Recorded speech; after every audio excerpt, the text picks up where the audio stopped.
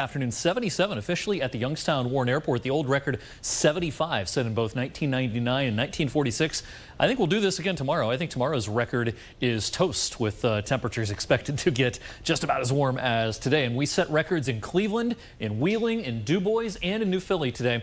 All of us across eastern Ohio and western PA soared into the upper 70s to around 80. Look how warm it was in much of the country, especially east of the Mississippi today. But there is a stark air mass contrast out across the middle of the country. This is the cold front that's heading our way for Halloween, but it's going to be late in the day. We'll talk about the timing of the potential rain coming up in just a second. Yeah, on the cold side of that front, snow, in fact, blizzard conditions possible tonight in parts of Wyoming, but no snow expected around here. This system, as it comes east, will also not produce severe weather here, but tomorrow could be a pretty big late October severe weather day out here across the Plain States. Wichita, Kansas City, perhaps as far east as St. Louis and Chicago. A couple of gusty storms possible there tomorrow, especially late in the day. Back here at home, it's quiet. It's warm tonight. No lower than about 56 overnight under a mostly clear sky. Tomorrow's pretty much a rerun of today. Now, this morning we had a couple of showers in areas especially north of Route 224. We won't have that tomorrow morning. We'll be dry from start to finish with a mix of sun and clouds. No trouble getting into the mid-70s tomorrow. And again, the record is 75.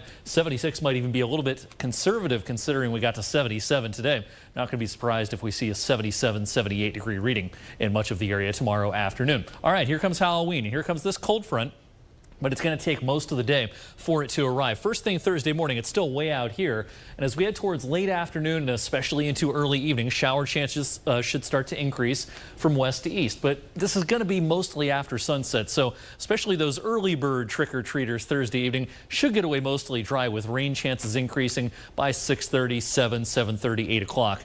Thursday evening. The front's gone by Friday morning. The cooler air is here. Now, this isn't a really cold air mass, but it is going to feel a little more like it should at this time of the year. We're less than 2 weeks away from my annual winter forecast here on 21 News at 5, 6, and 11, the evening of Monday, November the 11th. Last winter, remarkably warm. In fact, when we look at those daily temperatures last winter, we only had about a 10-day stretch in the middle of January in which it was consistently colder than the average. We had just basically one day in December and a couple of days in February that were colder than the average. It was a very, very warm and snow-free winter last year. How will this winter compare?